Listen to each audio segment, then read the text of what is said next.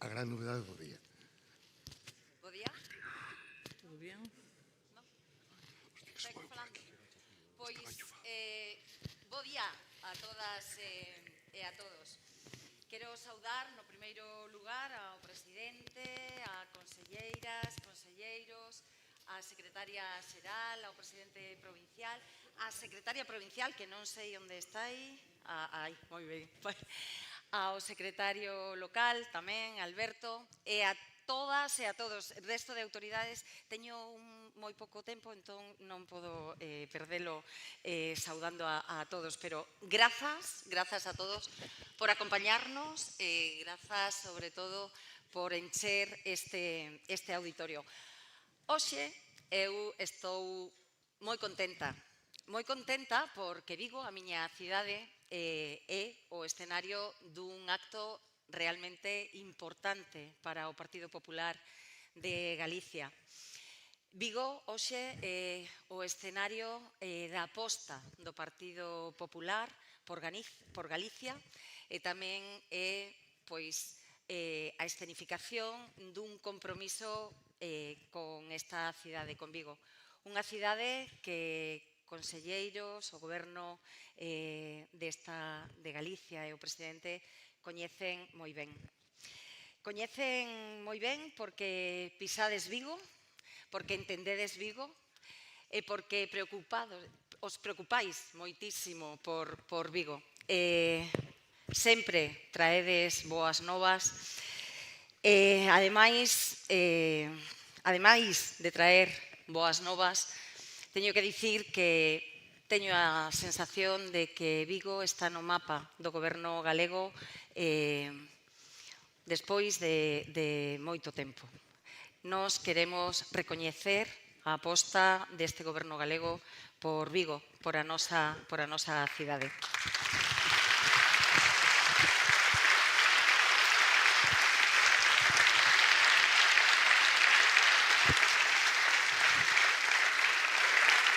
Unha cidade que é moi exixente, pero que tamén é moi agradecida.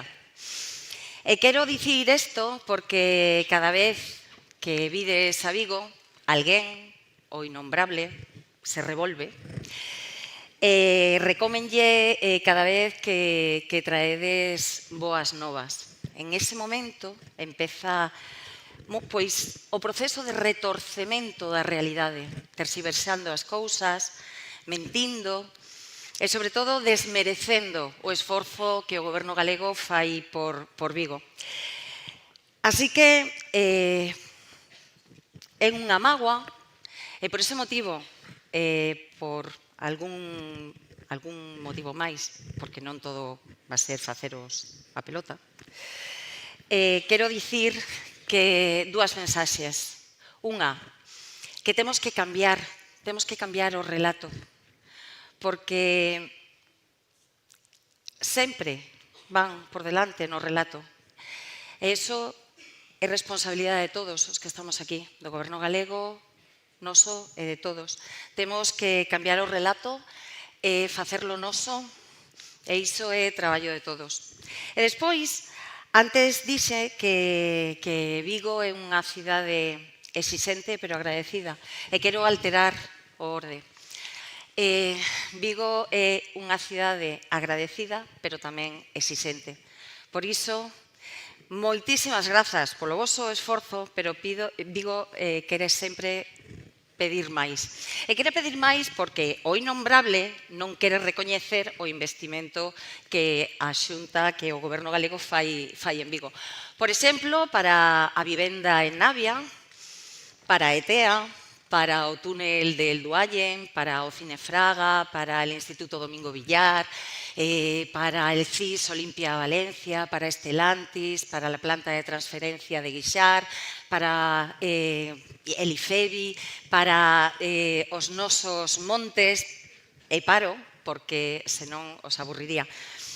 Pero, presidente, todo isto, toda esta listaxe, reflicta a vosa impronta.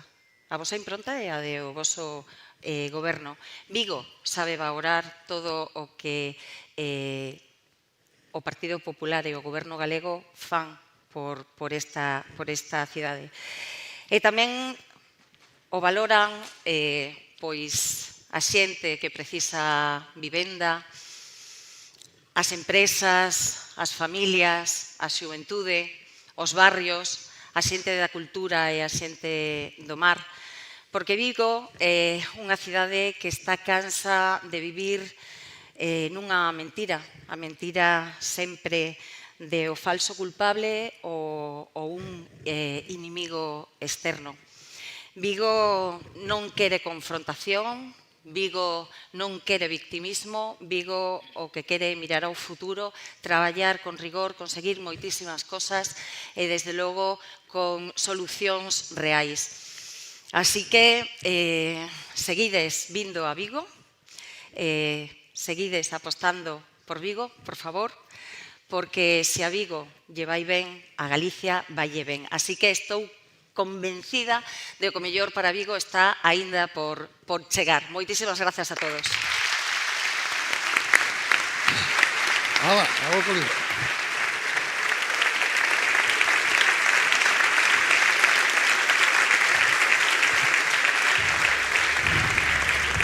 Pois moitísimas grazas a Luísa, presidente do Goberno, estimadísima Paula. Eu vexo falarvos dun libro, deste que vedes aquí nas miñas mans, que vos sonará, porque hai 2 anos circulou bastante o programa.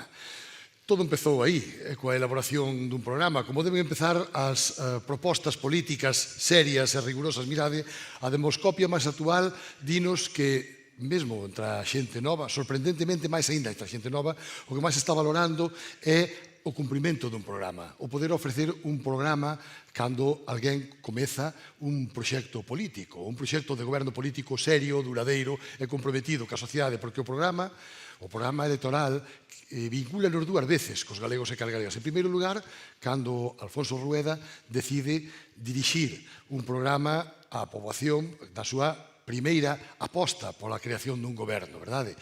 Este programa vinculanos primeiro co noso electorado como proposta, pero logo, unha vez conseguida esa potentísima maioría que conseguiu o noso presidente, vincúlanos coa sociedade en xeral. Polo tanto, é un libro máis importante do que poida parecer, verdade? É un compromiso, é unha folla de ruta, é unha guía, é un lugar onde aconsellarnos, onde buscar onde ten que dirixirse cada área de goberno.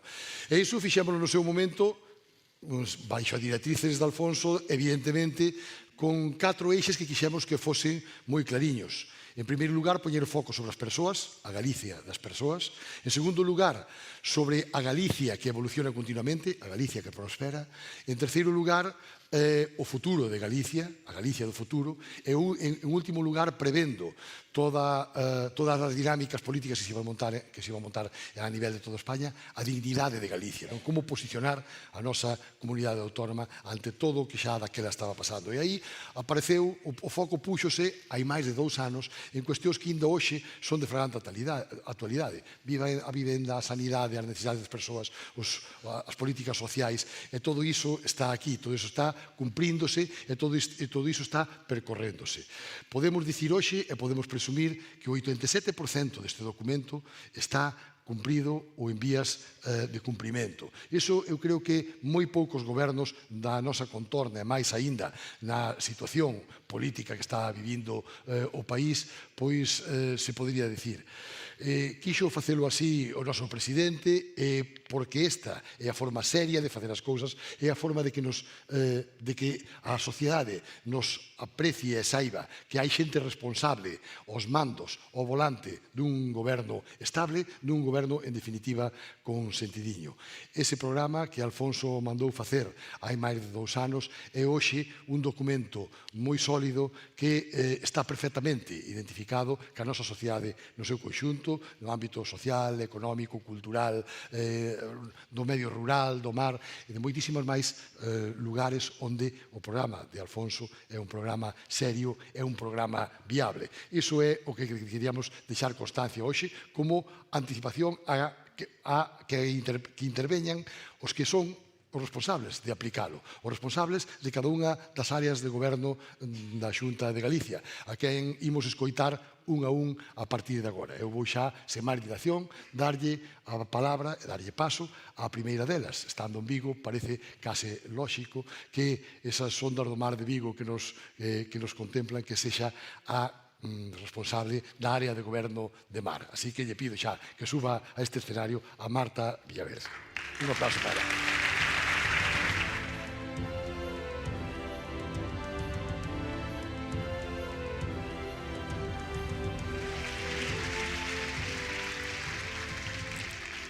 Bos días a todas e a todos. Bueno, eu comecei a traballar na Consellería do Mar xa fai 14 anos, pero aínda me faltan 20 días ata o 5 de xuño para cumprir un ano dirixindo os intereses do Mar de Galicia. É un ano dende que o mellor patrón que ten este barco, o presidente Rueda, pois confiar en min para dirixir, para formar parte deste gran equipo que é o goberno galego. Cando falamos do mar, non solamente en Vigo, sino en toda Galicia, hai moito do que falar. Porque falamos de pesca, falamos de acuicultura, falamos de marisqueo, falamos de toda a cadena marindustria. Pero é que, ademais, aparte de falar dun sector económico tan importante, tamén falamos da nosa identidade como pobo. Falamos da forma de ser e de vivir de miles de familias. Dende a Consellería do Mar, traballamos precisamente en esa liña. Traballamos na idea de defender o noso sector marítimo pesqueiro, pensando en modernizalo e tamén en prepararnos para os importantes retos que temos todos no futuro. Se hai algo que define a perfección o que é o sector marítimo pesqueiro, o que é o noso mar, pois Galicia non deixou de avanzar en alzar a voz ali onde estaban en xogos os intereses dese sector. Galicia é a voz do sector marítimo pesqueiro e a voz do Mar de Galicia en Madrid, en Bruselas ou donde faga falta. Nun contexto complicado no que vivimos agora, estamos sufrindo que moitas decisións se toman nos despachos, afastadas da realidade do mar. E, non comprenden o que é o noso sector marítimo pesqueiro, non comprende o que é as nosas rías, os nosos portos, e por iso temos que defender, e así o facemos con firmeza, os nosos profesionais. Son estes que levamos 2 anos intensos de traballo nos que a nosa comunidade liderou o liderado na defensa integral do medio mariño. E aí o demostra a nosa estrategia de economía azul de Galicia, que medra aproveitando todo o potencial do mar dun xeito sostible, dun xeito innovador e tamén un xerador de oportunidades. Tamén, dende a Consellería do Mar, demos un paso decidido a favor da ciencia e a favor da innovación. Así o demostran proxectos como Redemar, que representan precisamente esa visión moderna dunha Galicia que innova, dunha Galicia que investiga e que utiliza a tecnoloxía para a rexeneración e para a preservación dos recursos mariñeros. E como non pode ser de outra forma, tampouco perdemos de vista a quen máis nos necesita e que necesita esa axuda nos momentos máis complicados. Demostrámolo de novo nos últimos tempos, nos últimos meses, tras as consecuencias dos temporais dos bancos marisqueiros. Demos outro paso á fronte e apoiamos deste xeito ás persoas mariscadoras, cando outras administracións miran para outro lado, cando como se a cousa non fosen con eles. E somos conscientes de que todavía queda moito por facer, pero os compromisos están para cumprilos e nós, dende a Consellería, temos o rumbo moi claro. Seguimos avanzando na implementación do Plan da Cultura Marítima de Galicia Horizonte 2030, unha iniciativa pioneira para poñer en valor e preservar toda a riqueza do noso patrimonio da cultura mariña. Tamén, por outra parte, avanzamos na elaboración do Estatuto das Mulleres do sector marítimo pesqueiro, co obxecto de mellorar a súa empregabilidade, o seu benestar, o seu liderado e a súa visibilidade. Remato coa firme convicción de que todos os galegos e galegas levamos o mar no noso ADN, incluso aínda que sea desde Ourense, xa que forma parte da identidade do noso pobo. E por iso, aproveitando o eslogan da Consellería, Galicia sabe amar. E como comenzamos a falar do sector primario, convido a conselleira de Medio Rural, por favor, suba ao escenario, e que, como acabo de contar, que Galicia non se entende sen o mar, a min gustaríame facerche unha pregunta. Dinos por que Galicia non se entende sen o medio rural. Que me desabrocho. Fername desto, por favor. Gracias.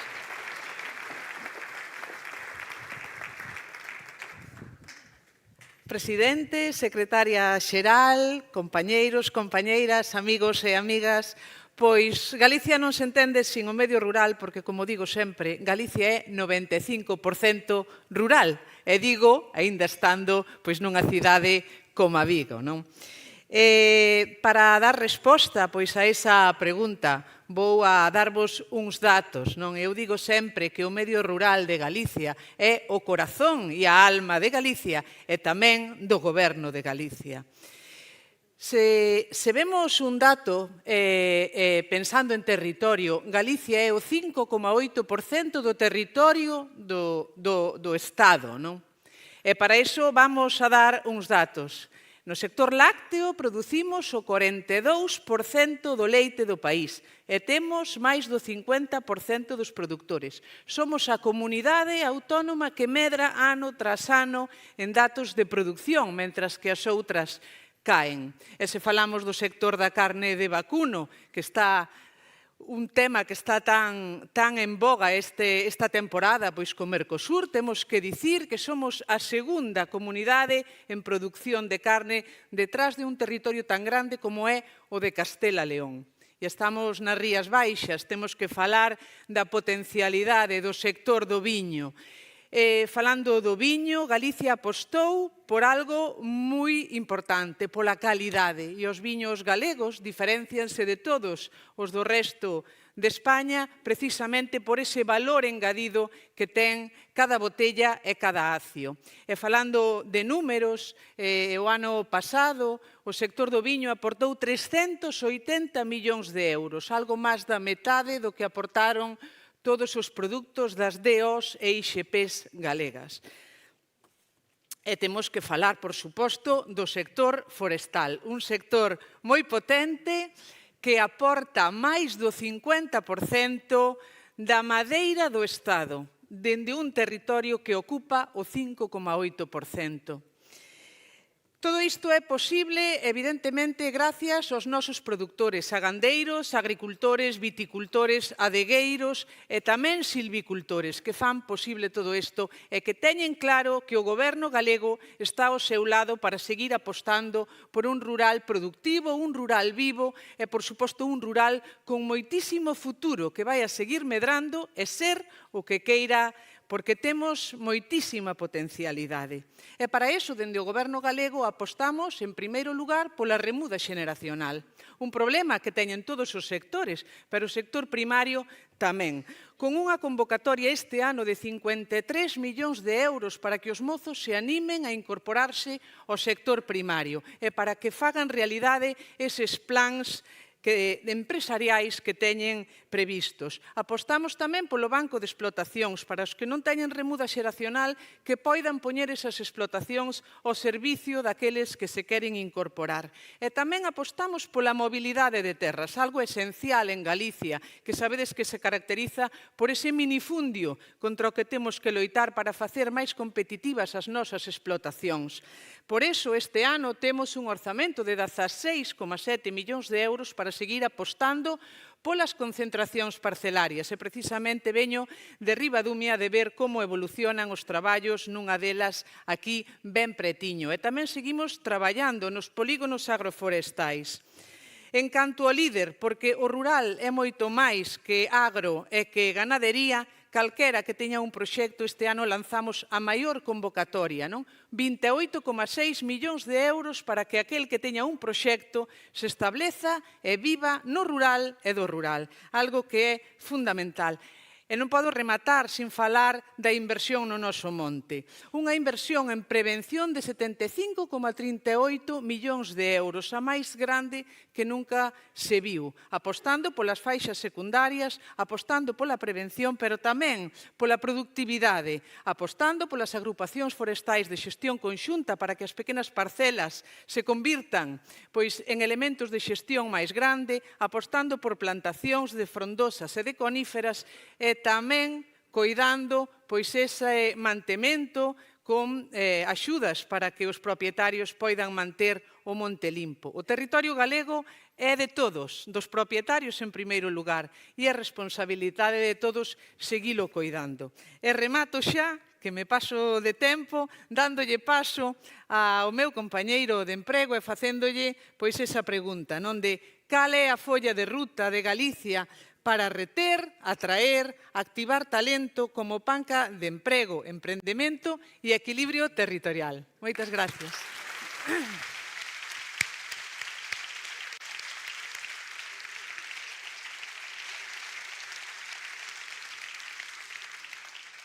Pois, moitas gracias, María José.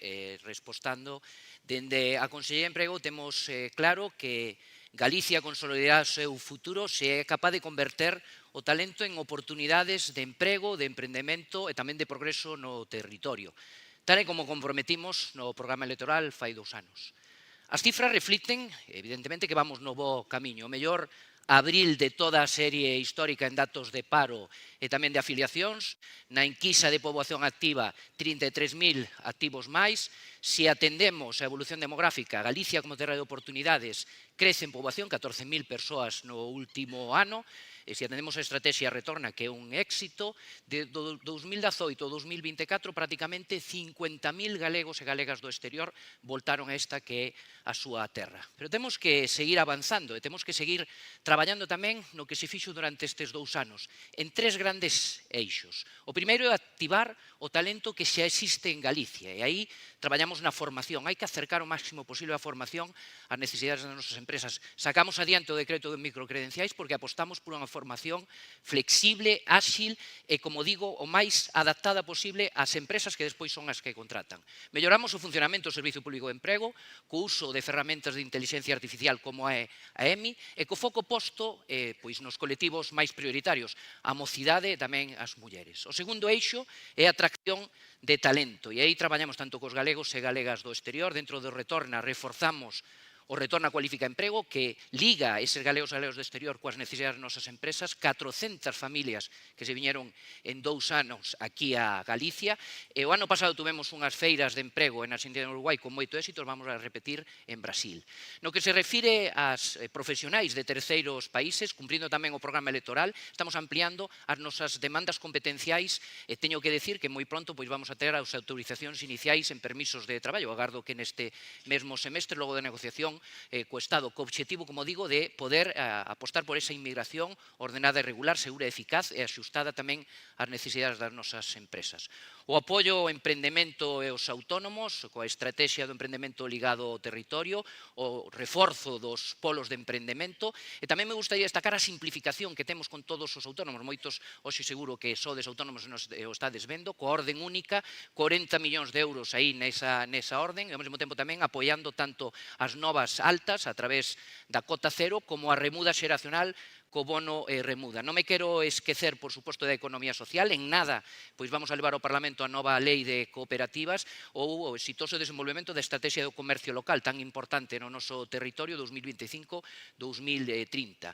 Unha folla de ruta na que traballamos coa colaboración público-privada e tamén co diálogo social que vimos de institucionalizar. E aí hai que tratar temas con moita valentía, como estamos facendo en Galicia e con responsabilidade, como a problemática do asentismo laboral. En definitiva, e remato xa, apostamos claramente na Consellería de Emprego por unha Galicia aberta ao mundo, unha Galicia que xera oportunidades, pero que mantén a súa identidade, porque, como decía Otero Pedrallo, Galicia é unha cédula de universalidade. Moitas grazas. E me falta, claro. É que estaba... Ahora que? Me falta facerlle a pregunta aquí ao Conselleiro de Cultura, tendo en conta tendo en conta, bueno, deixade un momentiño, tendo en conta, querido conselleiro, que estás escoitando moito que o sector cultural galego vive un moi bo momento, non? Eu xa sabes que son un home de cifras, ti eres un home de altura, de miras, e polo tanto gustaríame que acreditaras pois esas cifras. Moi ben, bueno, moi bo día. Oye, eu pensei que me iba a deixar votando e non me Otero Pedrallo, o sea, que complica o tema e invades as miñas competencias, González? Pero bueno, e ademais oblígame a falar de cifras, cando os de cultura, isto de falar de cifras tampouco é un tema que nos guste demasiado, pero sí é certo que cando o dato ven acompañado dun bo relato, pois creo que sempre convence e sempre explica mellor a situación actual que temos no noso país, non? E os datos falan claro, Galicia está vivindo o mellor momento da súa historia no ámbito cultural. Non é que o digamos nós, é que as cifras o apuntan, non? Hoxe en día, falando de datos, José, o sector cultural supón o 3% do Produto Interior Bruto de Galicia, un dato nada menor, non? E ademais superamos xa os 36.600 empregos directos no que é o sector cultural. Isto, ademais, claro, tradúcese en recoñecementos a nivel internacional. Hoxe a cultura galega está representada nos maiores e nos mellores escenarios a nivel internacional. Temos, por primeira vez na historia, nos últimos anos, máis de 20 premios nacionais nos distintos sectores e nos distintos ámbitos culturais, non? Ademais, por primeira vez na historia, nunca tiña pasado unha película, un filme con ADN galego, como foi Xirat, estuvo nominada aos premios Óscar. Nunca na historia do audiovisual galego, nese novo cinema galego, tiña pasado, non? E por encima temos, como dixo Valentín, que ele viña a falar do seu libro, eu tamén veño a falar do meu libro, e o sector do libro está vivindo un momento extraordinario. Para matar ese relato, que a veces intenta poñernos nun escenario negro, o sector do libro vive un momento fantástico, máis do 96% da población di que lee habitualmente e dúas de cada tres publicacións que se fan en Galicia se fan en galego, que é un factor importantísimo, non? Temos un escenario extraordinario. Temos, como vos decía, ademais, sectores moi potentes, non?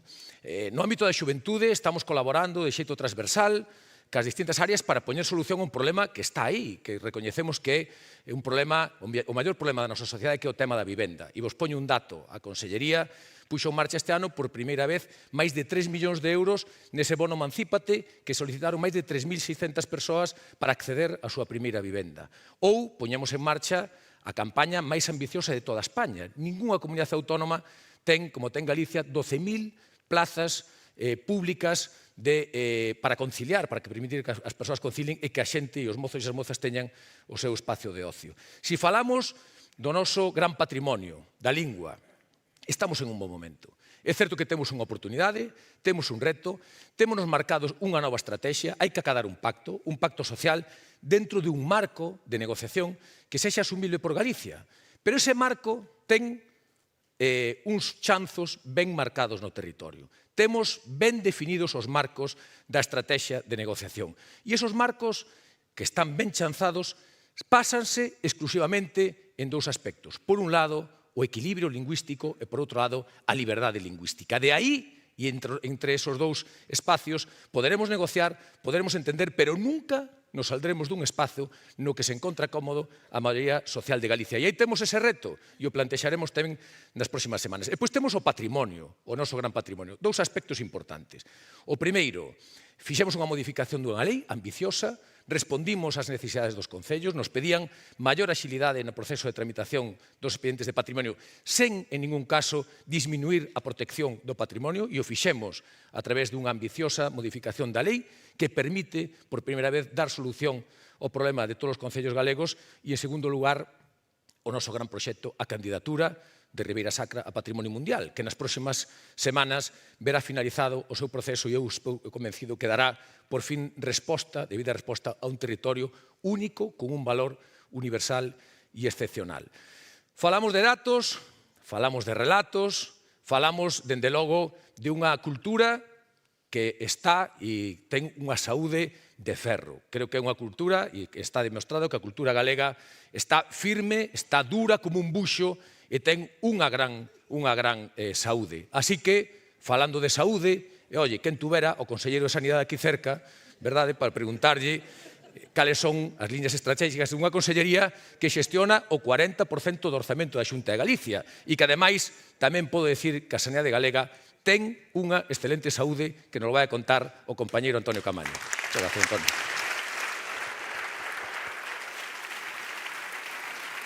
Bueno,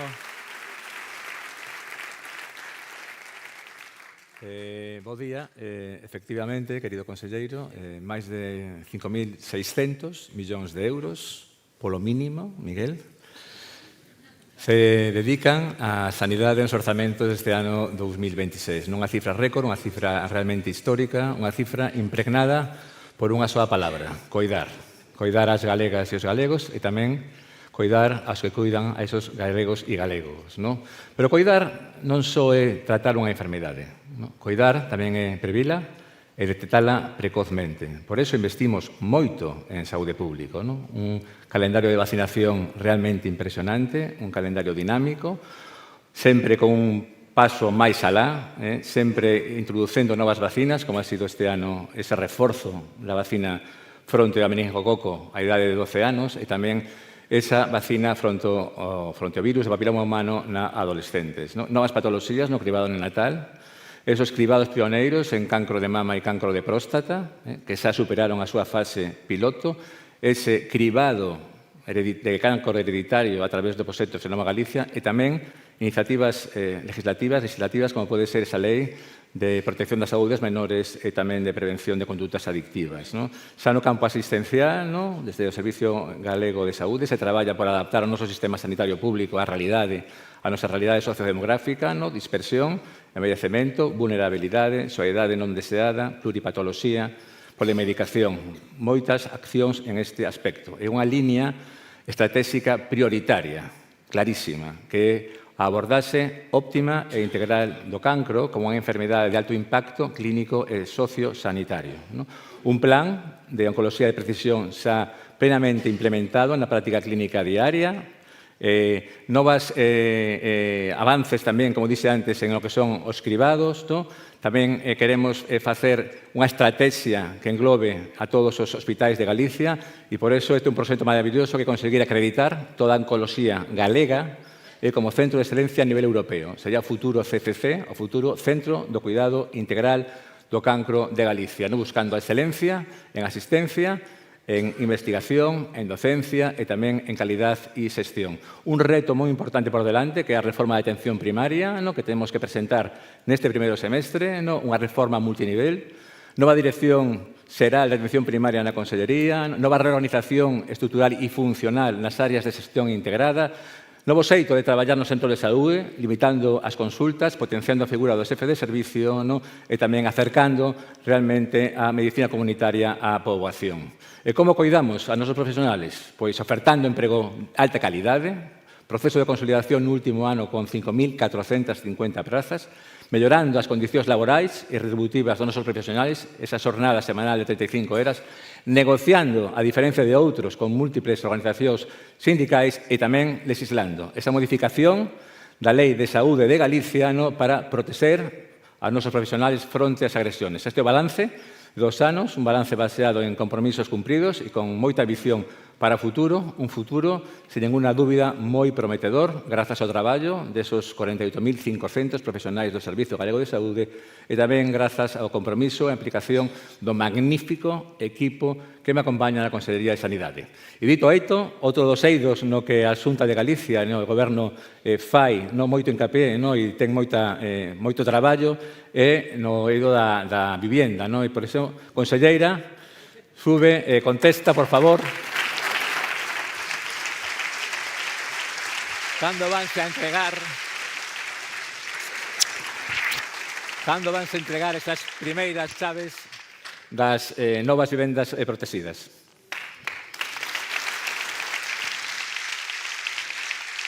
Bo día, presidente. Bo día a todos e a todas. Antonio, convídache a que veñas comigo a visitar unha desas vivendas que estamos a construir e que serán moi pronto entregadas, por exemplo, en Santiago ou, por exemplo, en Pontevedra. Vivendas que facemos, como facemos as cousas na Xunta de Galicia. Son vivendas modernas, son vivendas eficientes e moi importantes, son vivendas ás que poderán acceder cada vez máis galegos e máis galegas. Xa temos en marcha as 4.000 vivendas comprometidas que serán unha realidade no ano 28, cumplimentando así o noso obxectivo de duplicar o parque público de vivenda. De feito, aquí, en Vigo,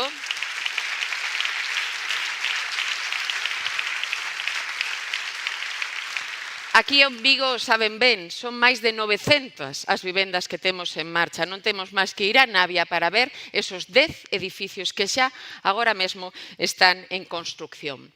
E tamén no ano 28 será o ano no que estemos urbanizando e edificando, simultaneando urbanización e edificación gracias aos nosos proxectos de interese autonómicos pioneiros en España. Estamos a urbanizar solo onde poderánse construir 20.000 vivendas protegidas en colaboración público-privada. Construímos, desenvolvemos solo, urbanizamos cunha velocidade sen precedentes porque así o está a pedir a veciñanza galega. Casas para que todos os galegos poidan construir o seu proxecto de futuro. Casas para que a nosa mocidade poida emanciparse e para que poidan elexir onde vivir. Tamén traballamos para que as cidades, os povos, as vilas estén cada vez mellor conectados, con estradas autonómicas cada vez máis seguras e mellor conservadas. Temos un plan de conservación autonómico das nosas estradas plurianual de 175 millóns de euros. Agora mesmo estamos no mes do maio, son 54 os millóns de euros que están en marcha en reforzos de firme, 500 kilómetros de estradas autonómicas que ahora mismo estamos a reforzar a firme, porque en Galicia non paramos. En Galicia non queremos enemigos, non temos disputas estériles. En Galicia traballamos e afrontamos problemas estructurais que temos a nivel país, como é o acceso á vivenda, con medidas valentes, con medidas ao estilo Rueda, porque Galicia goberna. E para iso, para poder facer todo isto, voulle facer unha pregunta ao meu compañeiro Miguel, conselleiro de Facenda e Administracións Públicas. Miguel, cal é o segredo que ten a Xunta de Galicia para que poida haber todo ese impulso e poder ter o plan de vivenda de Galicia o máis ambicioso de todas as comunidades autónomas? Que tal?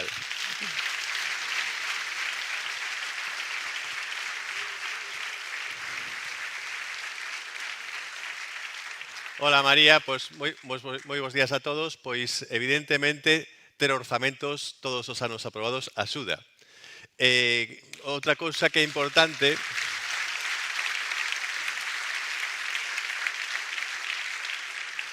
é cumprir cos obxectivos deses orzamentos, cumprir cos obxectivos das consellerías de gasto e cumprir coas regras fiscais. Eso nos permite manter a nosa solvencia e nos permite xerar espazo fiscal ano a ano para novos investimentos e para rebaixas fiscais, para alivios fiscais que precisan os galegos, en especial nos intres nos que os prezos suben máis. Por tanto, é especialmente importante contar con este escenario de estabilidade orzamentaria para a nosa comunidade autónoma. Pero, como acabas de decir, María, un dos principais obxectivos, das medidas principais deste programa é o aumento das vivendas na nosa comunidade autónoma, contribuir a solucionar o problema da vivenda, e o presidente nos lo lembra en cada Consello de Goberno, en que as reunións do Consello son segredas.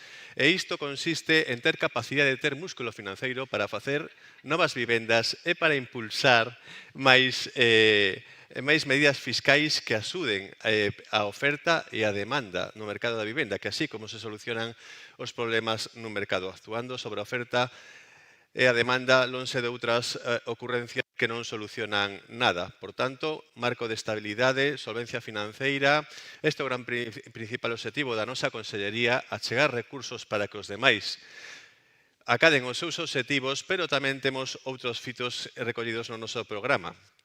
que poderíamos comezar enunciando cos propios orzamentos, como dicía antes, aprobar cada ano en tempo e forma os orzamentos da comunidade autónoma. En segundo lugar, cumprindo cos obxectivos orzamentarios as regras fiscais. En terceiro lugar, dar conta deses resultados perante o Parlamento, como farei eu a vindeira semana respecto ás contas do ano 25. En segundo lugar, isto nos posibilita a solvencia achegar rebaixas fiscais aos galegos. Nos 2 anos que levamos de legislatura, aforramos 1.200 millóns de euros aos cidadáns galegos en tributos. En terceiro lugar, Galicia é a segunda comunidade autónoma que máis apoia aos seus concellos.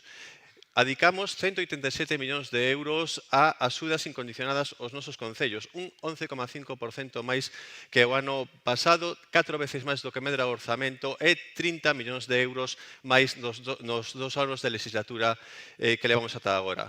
Tamén temos convocado o 82% das 4.000 prazas de persoal ao servicio da función pública comprometidas no noso programa electoral. Estou seguro de que remataremos a legislatura superando sobradamente esa cifra. E tamén me gustaría rematar con outros 2 fitos especialmente importantes. O primeiro, somos a primeira rexión europea que aprobou unha lei para fomentar a utilización segura da inteligencia artificial na nosa comunidade autónoma e estamos a completar o mapa de conectividade que non pechou o Estado na nosa comunidade autónoma eliminando zonas de sombra para que todos os galegos teñan acceso a esas novas tecnoloxías. 82 torres de comunicacións de voz con banda longa en 52 concellos que farán que cheguen esas comunicacións a 5.200 galegos máis. Por tanto, solvencia das finanzas autonómicas que posibilita ter uns servizos públicos sostibles, ter unha solvencia financeira que implica que non deixamos pufos ás xeracións futuras, nin andamos por aí pedindo que nos condonen a nosa débeda, somos responsables con o noso endebedamento e, en terceiro lugar, fomentamos o crecemento económico. Un crecemento económico que a base de todo é que se hai alguén que se adica en especial a este crecemento económico é a Conselleira de Economía e Industria que está día a día traballando por apoiar a nosa empresa, a empresa galega, as empresas que necesitan axudas para crecer e para internacionalizarse, pero tamén buscando por todo o mundo novas oportunidades de investimento para xerar riqueza e emprego aquí en Galicia. Non para de viaxar por todo o mundo buscando esas oportunidades. Eu me gustaría preguntarlle a miña compañeira Chus se cando pecha a Oficina Económica de Galicia, sei que pecha. Moitas gracias.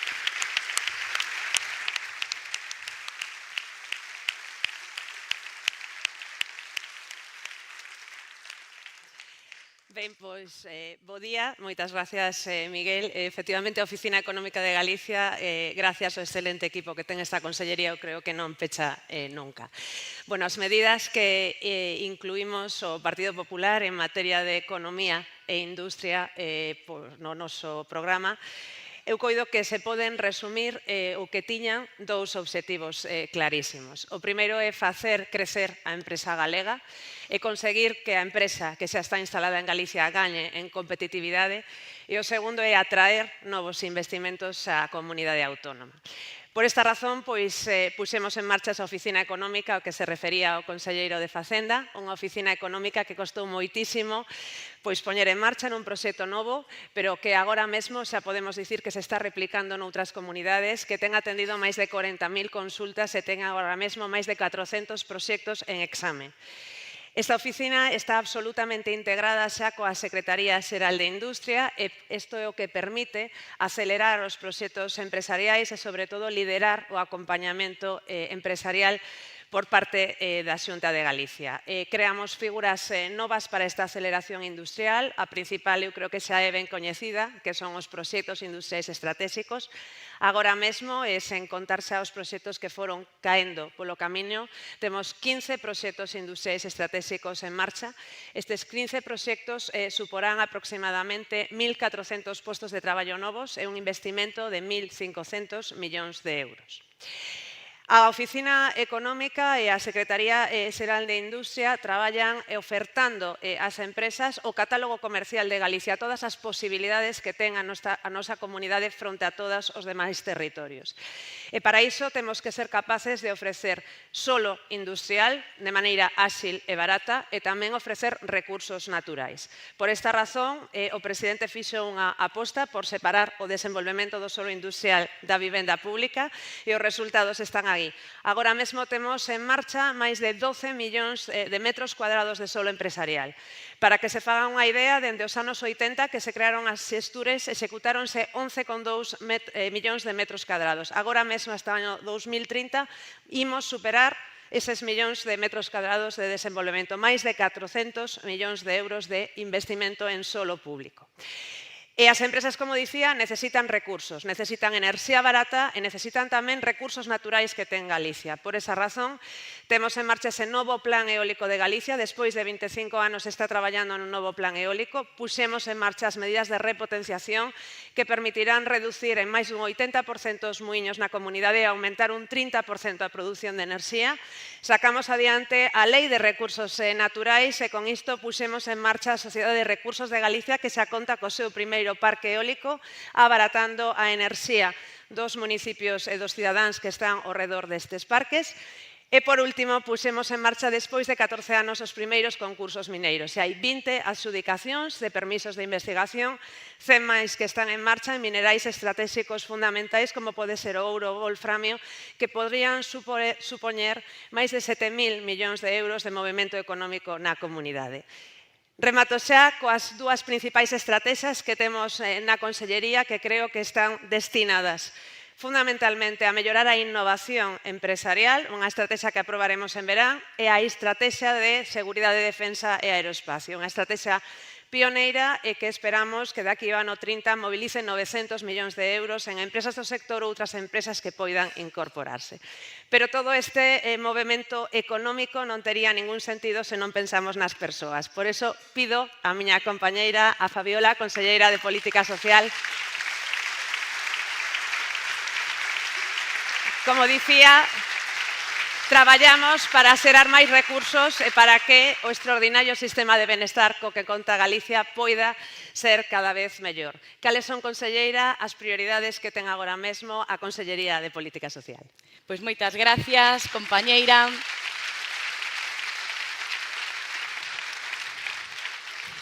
Pois as prioridades para a Consellería de Política Social e de Igualdade nestes momentos son ben claras. A prioridade son as persoas. Traballar polas familias, polas persoas maiores, polas persoas que están en risco de exclusión social, polas persoas con discapacidade, por todas esas persoas de Galicia que en estes momentos están padecendo a violencia de xénero. En definitiva, o obxectivo da Consellería, as persoas. Por iso, o noso rumbo dende a Consellería de Política Social e Igualdade está ben definido e ben claro. Continuar poñendo en marcha sempre medidas claras, medidas concretas, medidas pensadas nas persoas e medidas que melloren de verdade a calidade de vida de todos os galegos, pero sobre todo tamén de todas as galegas. Dende a Consellería de Política Social e Igualdade imos a lucir sempre, pero sobre todo imos a facer con moitísimo orgullo a Galicia calidade das familias. Queremos seguir sendo sempre o que somos nestos momentos. A Galicia calidade que é un referente a nivel nacional e tamén a nivel internacional en materia de conciliación. Apoiar as familias coa tarxeta Benvida, coa gratuidade de todas as escolas infantís de Galicia. Apoiar as familias nos períodos máis difíciles, nos máis duros, cando os pais e as nais nos costa máis traballo conciliar, porque os nosos fillos ou fillas están nestes momentos en períodos non lectivos e o estamos facendo nestes momentos a través do bono Concilia Familia, que reciben nestes momentos máis de 15.000 familias de toda Galicia. Continuar apoiando as familias, continuar apoiando os nenos, pero sobre todo continuar apoiando a todos os galegos e galegas en cada etapa das súas vidas, dende o berce ata que se fan maiores. Continuar lucindo con orgullo esa Galicia calidade dos maiores, coidar de quenes sempre coidaron de nós, os nosos pais e os nosos avós. pero tamén facelo continuar coidando os maiores que viven en Galicia e a todos os maiores que aínda viven fora, para decirlles que os queremos, que os respetamos, que os acompañamos. Polo tanto, lucir esa Galicia calidade con orgullo das persoas maiores e pasar, como estamos facendo nestos momentos, do paradigma do paciente ao paradigma do ciudadano. Que as administraciones públicas non solamente actuemos no coidado das persoas maiores cando son dependentes, senón que os acompañaremos durante todo o seu proxecto de vida. Continuar traballando coas persoas maiores o antes posible e apostar sin dúbida algunha polo envellecemento activo, porque está demostrado que cada euro que investimos en envellecemento activo son ata 2 euros de aforro en gasto sanitario e en gasto social. Continuar apostando polo envellecemento activo a través do programa de benestar en balnearios, a través do carné máis 65, a través da formación continua e permanente nas universidades de todos aqueles que se acaban de xubilar.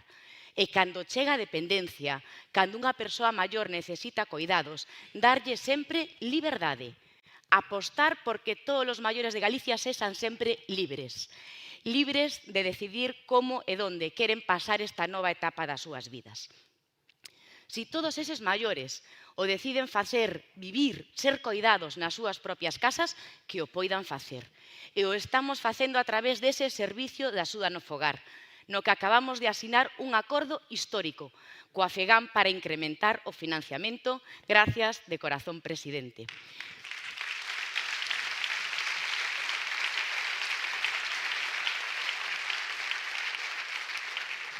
Coidar a todos os maiores que queren ser coidados nas súas casas por un familiar a través de ese bono coidado de 5.000 euros ao ano, que nestos momentos reciben preto de 40.000 persoas dependentes e que moi pronto, antes de que remate a legislatura, chegaremos aos 50.000 dependentes atendidos nas súas casas. Pero, por suposto, tamén apoiar, coidar, mimar a todos esos maiores que necesitan máis coidados. Atención residencial 24 horas ao día, os 365 días do ano. E o estamos facendo poñendo en marcha o plan de residencias máis ambicioso da historia de Galicia. Poñendo en marcha, construindo esas máis de 3.500 novas prazas residenciais para todos os maiores que necesiten os coidados en cada recuncho de Galicia. En definitiva, coidamos e coidaremos sempre dos pequenos, das familias e de todos aqueles que construíron a Galicia que temos a día de hoxe. Pero todo isto non sería posible se non pensásemos sempre na Galicia do futuro.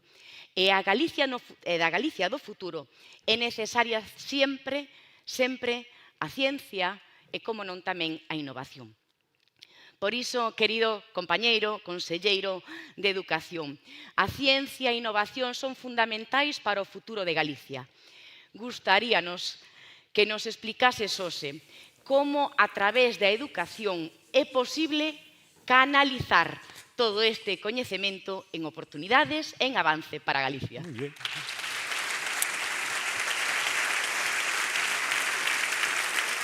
Bueno, moitas gracias, Fabiola, presidente, compañeiros do partido. A verdade é que, o dicía ben Fabiola, nós falamos de persoas e falamos de futuro, basicamente, non?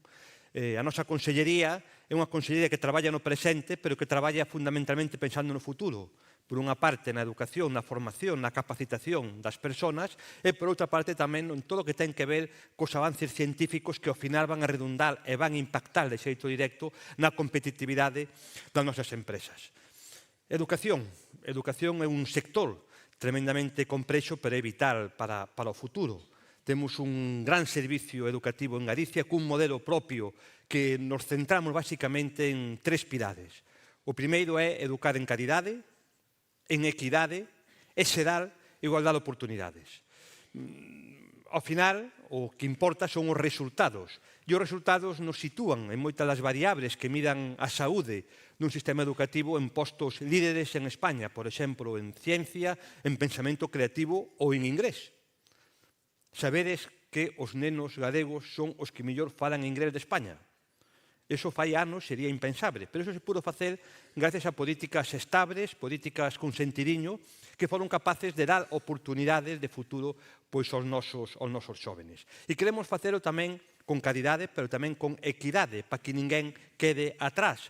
E por iso poñemos en marcha, vamos desenvolvendo unha serie de accións que van orientadas fundamentalmente a intentar dar oportunidades a aqueles que máis o precisan. O facemos cunha perspectiva transversal, por unha parte, apoiando desde a perspectiva económica as familias. Temos unha gran medida pioneira en España que puxemos nesta campaña electoral en marcha, que se prometeu e se fixo de xeito inmediato, que foi a gratuidade da universidade para os alumnos galegos. Somos das poucas ou a única comunidade autónoma que o pode dicir así tan claro e de xeito tan firme como o dicimos en Galicia. E dar oportunidades e formar as persoas para que poidan traballar no futuro. Por iso a formación profesional ten adquirido un puro tan grande. Hoxe temos en torno a 70.000 alumnos, o dobre que había non fai moitos anos, estudiando formación profesional. E iso significa darlle oportunidades, primeiro, a cada unha destas persoas e, segundo, aos sectores productivos, ás empresas que van ter profesionais ben formados, cualificados, que aporten valor ás empresas e melloren tamén a súa competitividade. Tamén no eido universitario, intentando adaptar constantemente as titulacións a todo o que ten que ver coas profesións de futuro. E se falamos de futuro, falamos de coñecemento e de ciencia. Ninguén duda que a economía do presente, sobre todo do futuro, se vai basar no coñecemento, na ciencia.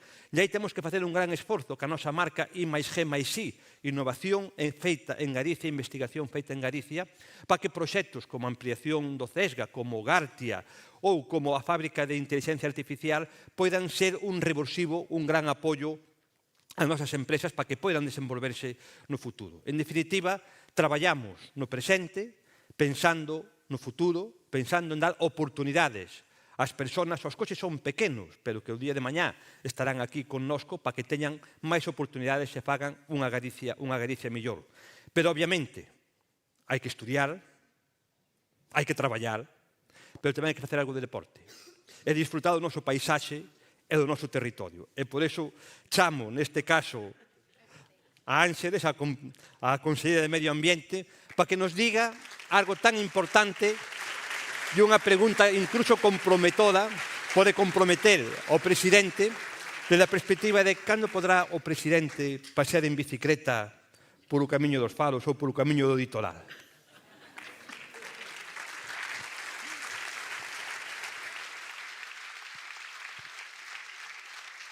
Eu creo que esta é unha pregunta con trampa. Eu sei de boa tinta que o presidente ten reservado na súa apretada xenda 1, 2, 3, 4 días para poder percorrer o camiño litoral.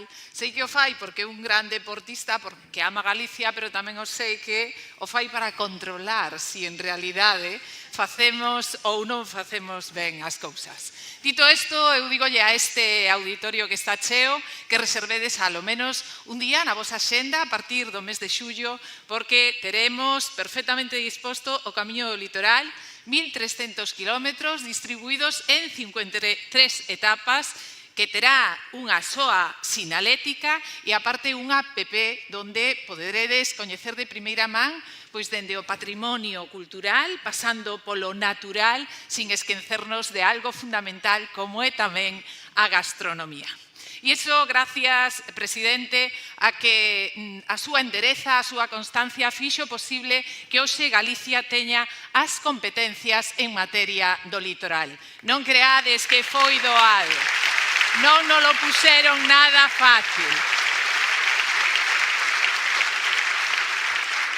Pero non podemos presumir de litoral se ao final non temos unhas augas limpas e transparentes. O 90% do camiño estaredes vendo auga. E iso é o que temos. O 80% das augas en Galicia son de excelente calidade. E para que sexan de excelente calidade, en só 2 anos invertimos 200 millóns de euros en depuradoras. Depuradoras con unha tecnoloxía moi adiantada dende tratar os microplásticos ata os antibióticos que se consumen moito, e iso todo hai que tratalo para despois ter esas augas de excelente calidade. Podo vos nomear dende Ribadeo, pasando por Burela, Foz, Cabanas, Sada, Salvaterra do Miño, Vilagarcía, aí é onde estamos facendo grandes inversións, sempre o carón das nosas rías, sempre o carón do noso mar, para despois ter eses produtos tamén de fantástica calidade. Pero tamén necesitamos ese diálogo constante cos concellos.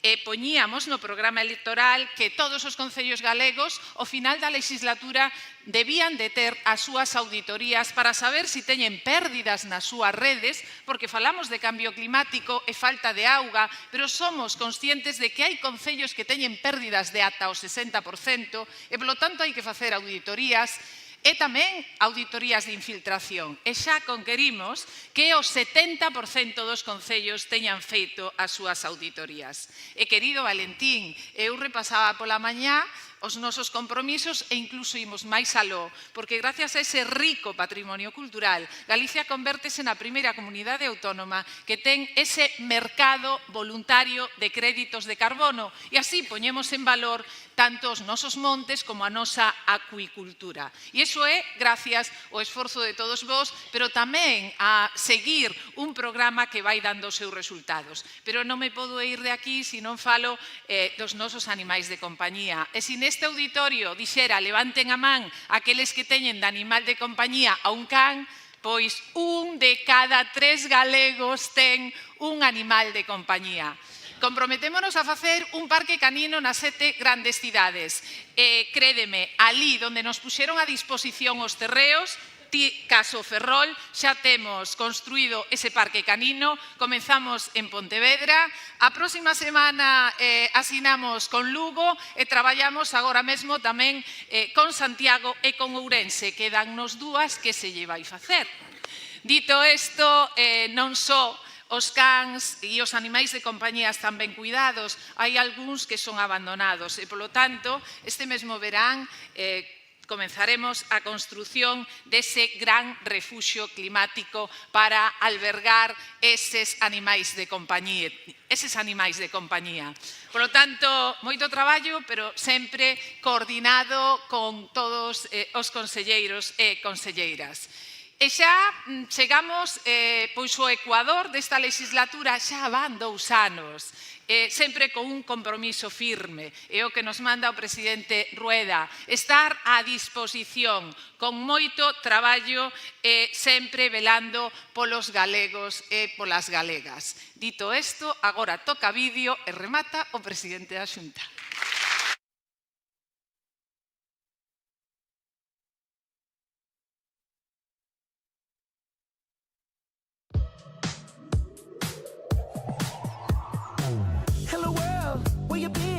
I've been waiting for you and your friends. One love begins. Tip top, we're starting at 10. If you believe that we can make some magic happen, say yeah.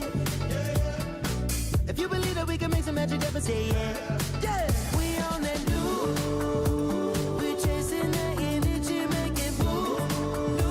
We're chasing that energy, make it move. When we hit that party moves. Hey, groove one time. We're chasing the sun, yeah. If you ain't trying to go home, trying to catch one, trying to have fun, let me hear you say yeah. Let me hear you say yeah. Let me hear you say everybody say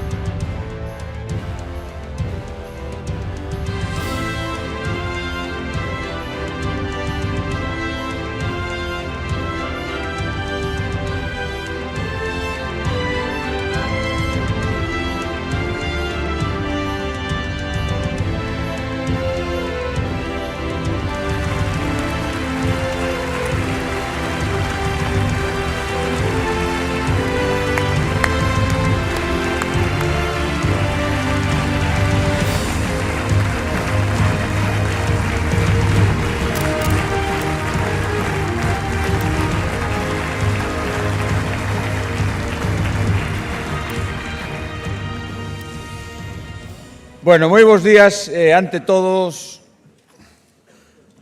Benvidos a Vigo, o lugar donde todo é un pouco máis difícil, pero onde todo, cando se consigue, dá moito máis gusto. E, polo tanto, eu quero empezar pedindo un aplauso e un recoñecemento para o noso partido en Vigo, que aguanta, que non retrocede, que é valiente e que é consecuente e que nos representa magníficamente na primeira cidade de Galicia. Por lo tanto, moitísimas gracias a Luisa e a todos os valientes do PP de Vigo. Moitísimas gracias.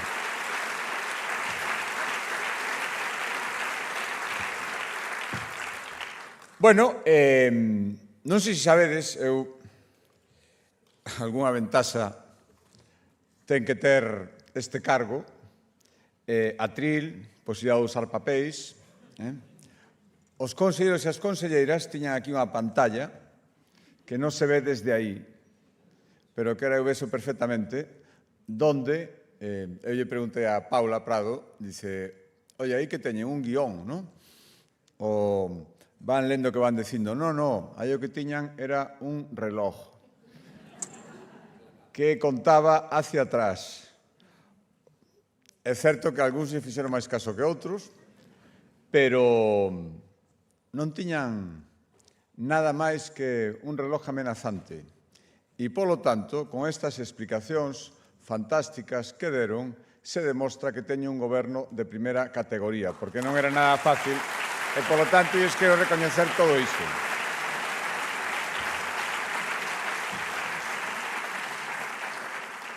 Vimos aquí a render contas. Podíamos, que tamén, porque aquí hai un traballo de moitísima xente, non só das consellerías, dos conselleiros e conselleiras, tamén dos equipos que teñen detrás, os cargos directivos, os gabinetes, tantísima xente, tantos servidores públicos, que algúns critican injustamente, traballando para que as cousas salgan.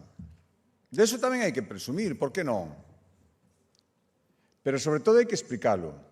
E render contas. Falaba Luisa da necesidade de coidar o relato, por suposto. Hai que contar o que se fai. Hai que contar o que se fixo para que se entenda o que queremos facer.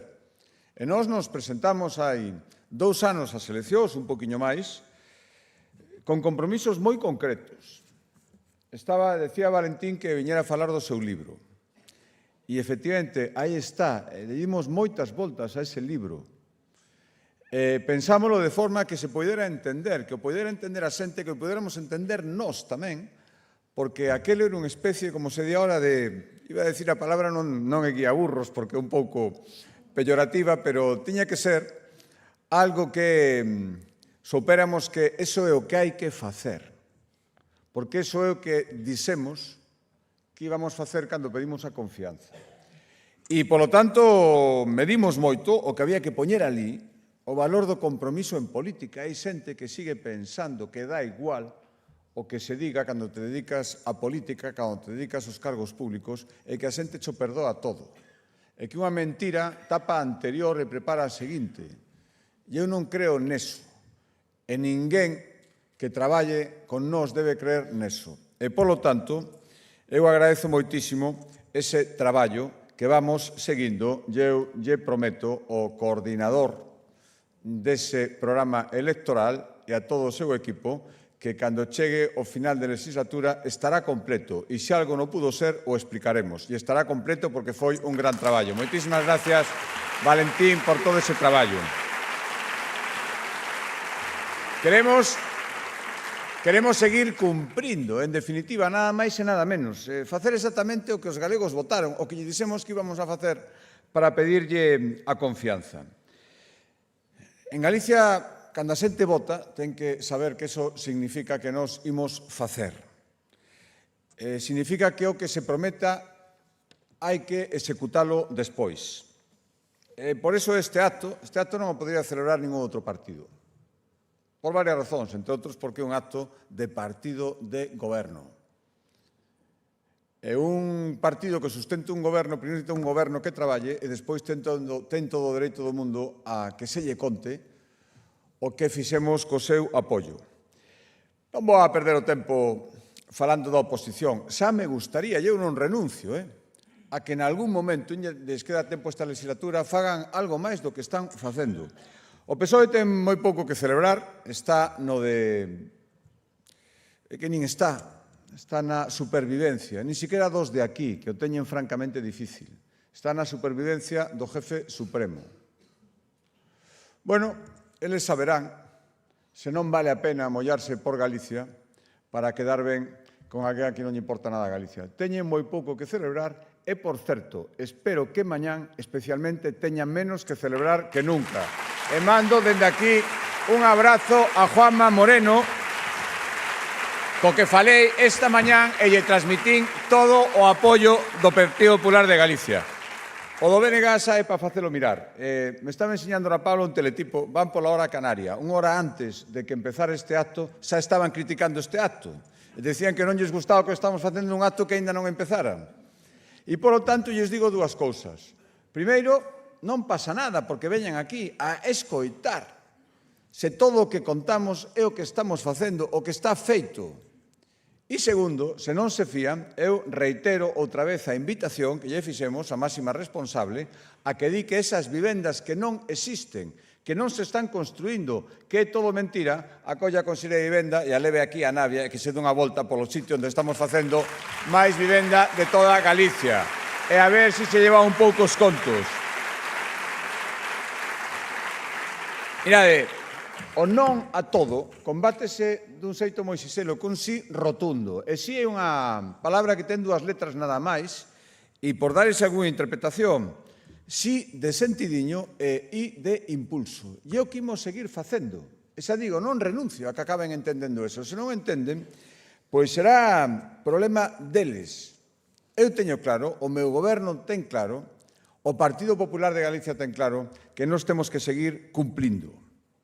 Cumprindo medidas que non me vou estender, creo que as explicaron nese tempo tan limitado os conselleiros e as conselleiras, e sobre todo o que hai que facer é palpalas, ver que son certas, axudarnos tamén, porque por suposto que non todo se fai ben, ni moitísimo menos, axudarnos, e para iso tamén está este partido, a decir, hai que ir por aquí, os alcaldes, alcaldesas, os que estades na oposición, a xente de base, que é a máis importante, o que se facer é orientarnos, e ser os oídos e os transmisores do que a xente quere e espera de nós. Sería unha desgracia que dixeran total non van a facer nada, non vale a pena decirles nada, porque total que máis dá. Eso xa queda para outros, que hai tempo que están sobrevivindo. Eu quero que cumplamos. E para cumplir hai que escoitar, e en eso sodes moi importantes. Temos máis do 85%, 85-87% do programa ou xa cumprido, porque xa levamos máis de 2 anos, ou en marcha cara a cumprirse, sen unha dúbida. Nos queda todavía un reto importante, que ese 15% que hai que poñer en marcha. Como decía antes, o que non se poida facer, porque con 4 anos hai cousas, o mundo dá moitas voltas, pasa moitas cousas, o que non hai que explicar, sen ninguna dúbida, por que non se pudo facer e cales son as alternativas. Moitas cousas que están feitas, prometemos, o decía Román agora, que a universidade iba a ser gratuita en Galicia para a xente que se esforzara, a xente que estudiara. Dixe onde no primeiro momento. Iso é unha promesa que non pensan cumplir. Eu non sei canto tempo tardamos despois das eleccións. A semana seguinte estábamos cumprindo eso e Galicia, a día de hoxe, é a única comunidade onde se pode estudiar gratuitamente dende a educación infantil ata a universidade. Estamos facendo moitísimas cousas nun área especialmente difícil, que efectivamente ten unha parte moi importante do orzamento da Xunta, como non podía ser menos, a sanidade pública. A sanidade do día a día, a máis cercana e a máis difícil que a sanidade primaria, e despois a sanidade especializada, donde todo o mundo sabe en Galicia que cando ten un problema de saúde de verdade, vai estar atendido sen ninguna dúbida. E hai que seguir avanzando por camiños difíciles e camiños custosos desde todos os puntos de vista. Pero os cribados que estamos facendo, as campañas de vacinación, os avances en protonterapia son irrenunciables. Igual que os avances en vivenda. E contas non son contos. Dixemos 4.000 vivendas en unha legislatura que dura 4 anos. E a día de hoxe están todas en marcha. Eu agardo que a inmensa maioría, a parte dos problemas que sempre teñen as obras de envergadura e a construción, a inmensa maioría podan ser fogares para 4.000 familias, para 4.000 persoas, para 4.000 galegos que esperaban eso antes de que remate a legislatura. Igual que o plan de choque da dependencia, igual que tantísimas cosas. A Galicia do non vai decir que todo isto non existe. Bueno, ala eles. Pensan que a xente emparva, pensan que a xente non comproba, pensan que a xente non analiza. Nós imos seguir, como vos decía, dicindo que sí sempre, e imos seguir crecendo. E para crecer hai que ser exixentes, moi exixentes. Decía Corgos que as reunións do Consello da Xunta son segredas, para acto seguido contar o que falábamos, non. Pero, bueno, eu creo que eso que contou non foi ningún segredo. Todo o mundo, e se é un segredo a voces. Claro que somos moi exixentes. Claro que eu son moi exixente porque teño que selo, porque me corresponde facelo. Claro que moitas veces me dou conta que o mellor había que pararse un pouco no que conseguimos e máis no que está por conseguir. Pero eu sei que este grupo de homes e mulleres que lle sacan moito tempo a súa vida persoal, a súa familia, a todo, teñen claro que isto é unha obriga diaria, que hai que traballar moitísimo, non só eles e elas, sino motivar os equipos, cumprir. E por iso volvo a decir que cumpriremos e que estou moi orgulloso cada día máis das persoas que me acompañan todos os días. Moitísimas gracias a todos.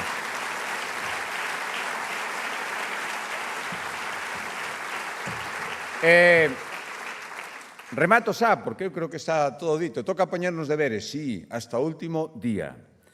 Galicia non pode deterse, por lo tanto, nós que somos responsables de cousas moi importantes que hai que facer en Galicia, que hai que coidar, que hai que manter, que hai que conseguir, tampouco podemos pararnos. Está moi ben ir de primeiros, e creo sinceramente que imos de primeiros.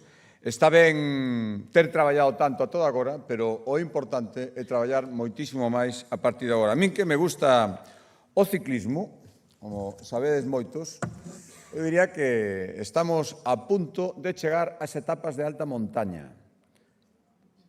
O do sprint o mellor queda po final. O gallá non faga falta sprintar. Pero ahora chegan as etapas de alta montaña. O máis difícil, como se tivera sido fácil o que fixemos a toda agora. Pero ahora chegan cousas moi difíciles. E, polo tanto, as afrontaremos como as afrontamos a toda agora, que é un modo moi sinxelo. Que os que nunca fan nada, os que sempre están con proclamas, inventando problemas, non entenden que seguir traballando con normalidade e con estabilidade. Pedalear. Porque se vas en bicicleta e non pedaleas, todo o mundo sabe o que pasa. E se pedaleas demais, querendo quedar ben non se sabe con quen, e olvidándote de cal é o obxectivo final, pois o mellor o que faz é quedarte sin forzas e tens que baixar da bicicleta. E nós non queremos nada diso. Temos claro cales son as etapas, e temos claras cales son os obxectivos. E as etapas están por diante, chegan as eleccións municipais. E eu quero decir que toda a axuda, toda a comprensión, toda a colaboración que estamos tendo dos nosos alcaldes e alcaldesas, dos nosos grupos de oposición, o devolveremos ahora para que teñan os mellores resultados electorais. Que non lles quepa ningunha dúbida a ningún deles.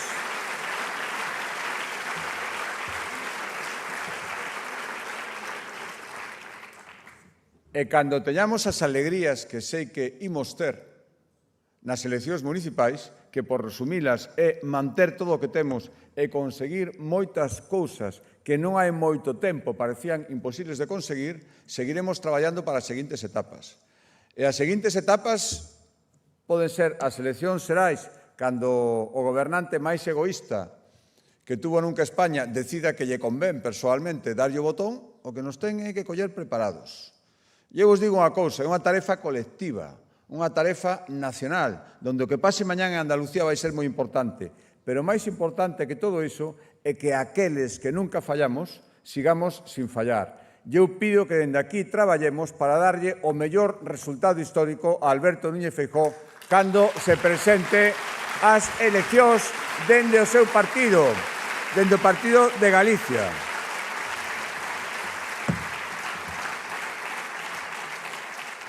E dentro dun ano, cando teñamos que falar do que fixemos, no que temos por diante, empezaremos a pedir apoios para o que temos por diante en Galicia. Pero vayamos etapa por etapa.